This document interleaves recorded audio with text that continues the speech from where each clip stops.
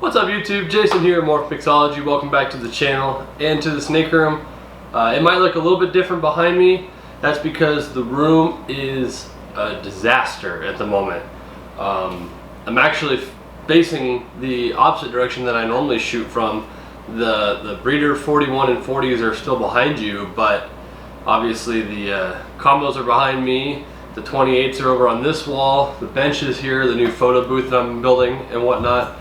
But everything's moved around because I'm trying to get everything off that wall behind you so I can finish the vinyl plank flooring and baseboards and finally paint behind the metal storage rack and everything. So the room is a disaster. Please give me a little bit of forgiveness there. We're working on getting it done, but hopefully the projects will be done here shortly. We're going to build another 41 quart breeder tub for next season, and yeah, it's going to be cool. We're obviously hatching snakes. We got clutches 4 and 5 in the incubator currently cooking, and I think my observations have been correct. I think I should have about 3 more clutches to drop sometime this month, towards the end of the month, and I think that's going to be it for our season.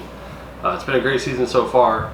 Still got some stuff available, so as always, check out the website, morphmixology.com, and on Instagram, and that's where all of our availability is. Today's a little bit different.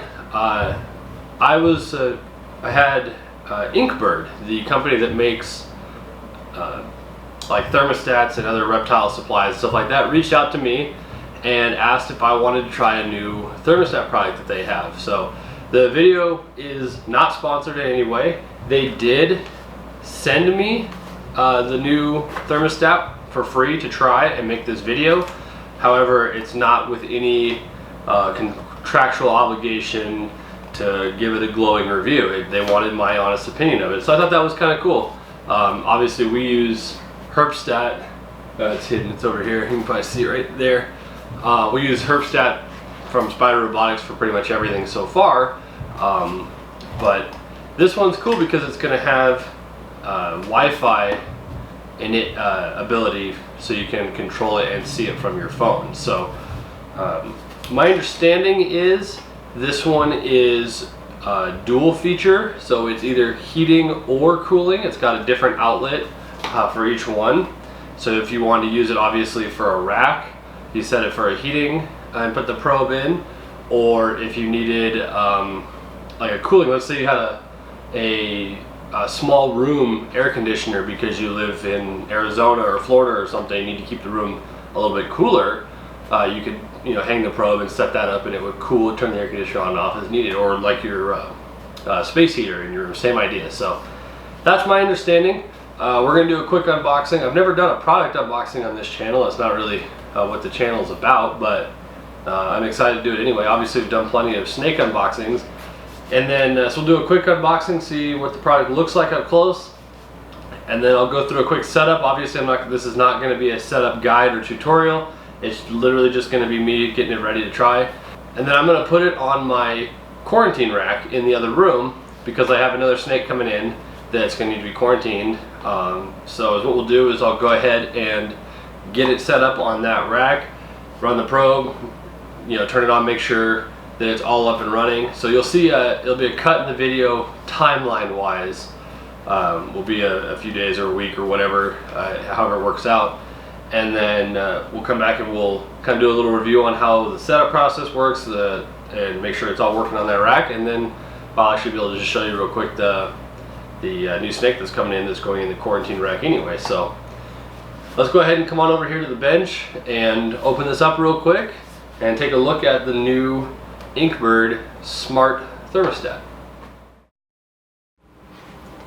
Alright, so here we go. Got the Inkbird Smart Thermostat. So in the box here we've got just some paperwork. I'm not going to read through all this obviously on camera. I'll probably do some of the setup on camera. I'll just do a screen capture of my phone as we set it up, the actual app portion, but we'll see how that goes. Warranty card, and here's the thermostat itself. Looks very similar to, I have an Inkbird thermostat on Luna's cage the leopard gecko for her under tank heater. This looks very similar, but it's dual readout, and it's got heating or cooling. Obviously, the other one I don't have, it doesn't have cooling, and this one's obviously Wi-Fi enabled. So steel tip probe, which is nice. I like the ones that have steel tip probes. They tend to be a little bit more accurate than the plastic ones. Obviously your plug, and then where you plug your heat tape or your cooling source in either side, depending on what you're trying to accomplish. So looks like a pretty nice unit. We'll go ahead and I'll go get it all wired into my quarantine rack, and then I'll go ahead and start showing you a little bit of the setup process.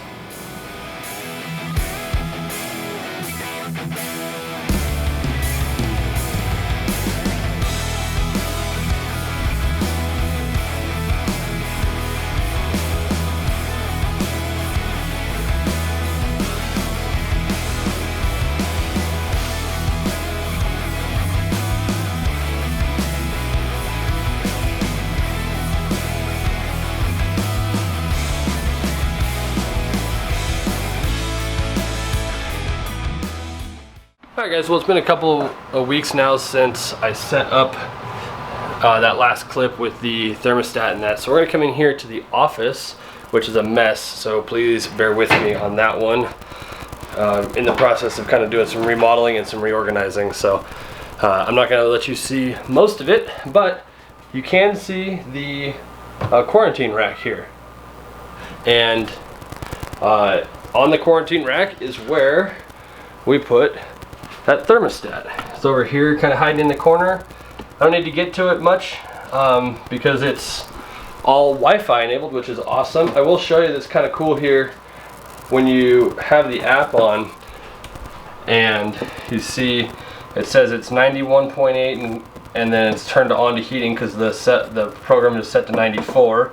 The app shows it's 92, which is pretty close. This updates every couple of seconds or so, so it's not exactly matching all the time. But with the Wi-Fi app, it's cool because you need to change the value. Let's say you need to warm it up a little bit because it's not quite got to where you need. You click that, it says app, and now it's set to 96. Or the other way, same thing, set to 94, app, and now it's set to 94. It's been working really well. I've got this rack set up just like I do all of my racks, where the thermostat probe is attached to the heat tape in the shelf in the middle. I set it to whatever it takes to get an 88 to 90, 91 degree hotspot. These are both doing really well with that, and I haven't had any issues. I really like it so far. It's not a proportional thermostat is the only thing, so it's on or off, but in the app I have it set to 2 degrees either side of my 94 in this case. So at 96 it clicks it off, and at 92 it clicks it on, so it never fluctuates more than a few degrees at most. So it seems to be working pretty well. But while I'm here, I told you I would show you a couple that we have in quarantine currently, if I can do this with halfway decent light. This girl came from Clint Conway at Wine and Country Reptiles, and this is a super pastel 50% possible het for puzzle female, and she's about 750 grams or so. She just took her first rat with us, which is awesome. And from the people that I've talked to that have worked with puzzle quite a bit, they say that that kind of sawtooth look right there across the top of her eye stripe on both sides is a pretty decent indicator. It's not a guarantee, obviously, but a lot of people have said that's part of it. And her pattern's a little bit busier, a little bit brighter than a normal super pastel. So hopefully in a year or so we'll have some puzzle projects to work with. And then this girl we got from Chandler at CTH Reptiles, Chandler, and he sent us this really nice, basically breeder ready, she'll be ready this fall for sure, spider female. And that's all she is spider. She doesn't have any wobble, perceivable wobble that I can tell. She's rock solid, really pretty color in that. But the reason we ended up getting another spider is, you know, we have Florence, but I've figured out that since Florence was a rescue that came from kind of a crappy situation, honestly, and had only been fed like small mice her entire life. She's become a very, very picky eater, unfortunately, and eats mice at most and seldomly at that. Grows very slow. So she's probably just going to be a pet, quite honestly. I'm not going to bother breeding her. I'm just going to keep her nice as a pet.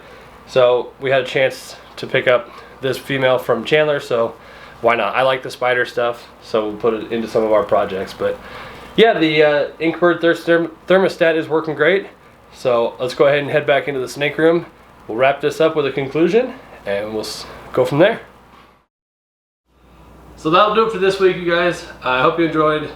It's, like I said, it's going to be a pretty simple, easy video about the Inkbird Wi-Fi smart thermostat that you can use on your racks or your incubator or what have you. I'll put a link for it in the description. Again, not sponsored by Inkbird. They just sent it to me and asked if I would do a review on it, if I wanted to try it out, so I did. It's working great on the quarantine rack. It'll be perfect for that since we don't use it all that often anymore, since the collection's kind of grown to where we are.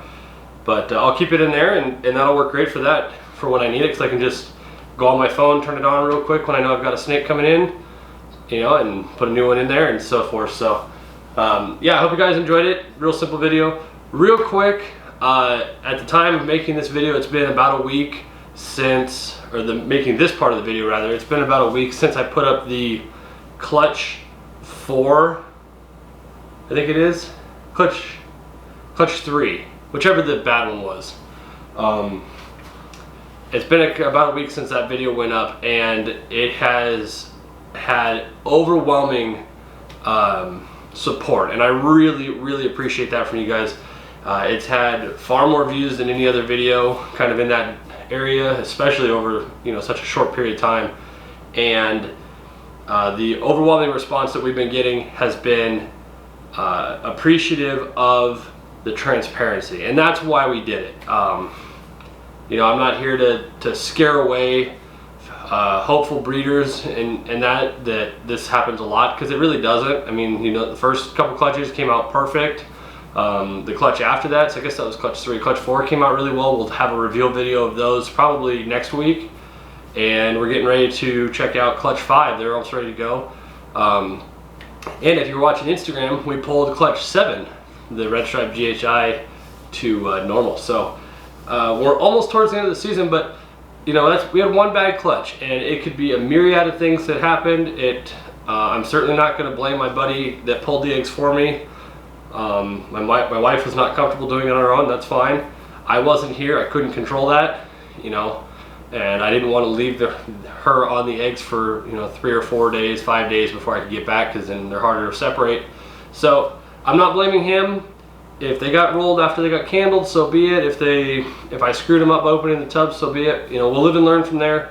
But the support on that video has been amazing, and thank you guys so much for that. I'm glad you enjoyed it. I'm glad you could learn something from it, and that we were all pretty well received and discussing the you know, the problems that can happen. So thank you so much for that. Stay tuned. Obviously, we've got more videos coming. We got more eggs to hatch here, and maybe 1 or 2 more clutches, and then we'll be done for the year, getting ready for the 1920 season. If there's anything you are interested in, let us know. Keep an eye on the website, morphmixology.com, under the available section. That's where I try to keep a current list of what has not already been spoken for. There is a show at the end of this month here in Billings.